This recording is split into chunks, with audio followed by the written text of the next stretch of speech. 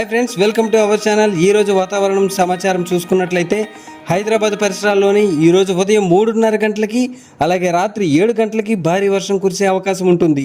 ఇది ఉరుములు మెరుపులతో వచ్చే అవకాశం కూడా ఉంది. భారత వాతావరణ శాఖ ప్రకారం పశ్చిమ మధ్య బంగాళాఖాతంలో అల్పపీడనం అనేది ఏర్పడింది. దీనికి బలాన్ని ఇస్తూ 2 తుఫాను తరహా సుడిగాళ్లు బంగాళాఖాతంపై ఏర్పడ్డాయి కూడా. వీటిలో ఒకటి ఆంధ్రప్రదేశ్ పక్కన తీర ప్రాంతంలో ఉండగా ఇంకోటి మయన్మార్ దగ్గర ఉందన్నమాట. వీటి వల్ల అల్పపీడనం వాయుగుండంగా తుఫానుగా మారే అవకాశం బలంగా ఉన్నాయి. దీనికి తోడు ఏపీపై ద్రోణి కూడా అంతే బలంగా ఉంది.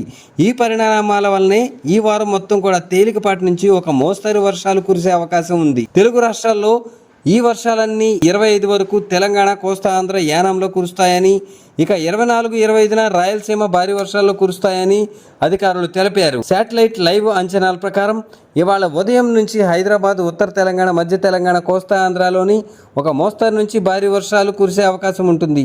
తెల్లవారుజాము 4 గంటల వరకు కురుస్తాయని అధికారులు తెలిపారు. ఇక గాలి మొత్తం అల్పపీడనం చుట్టూ తిరుగుతుంది. ఈ అల్పపీడనం అనేది చాలా పెద్దగా ఉండడం వల్ల ఇది ఒడిశాలోని భువనేశ్వర్ తీరంలోనికి దగ్గరలో ఉంది. అక్కడి నుంచి అది ఏకంగా విశాఖపట్నం తీరం వరకు కూడా విస్తరించి ఇది 25న ఒడిశా తీరం దాటే అవకాశాలు ఎక్కువగా ఉన్నాయి. ఆ తర్వాత ఇది బెంగాల్, జార్ఖండ్ వైపు కూడా వెళ్లే అవకాశం ఉంది.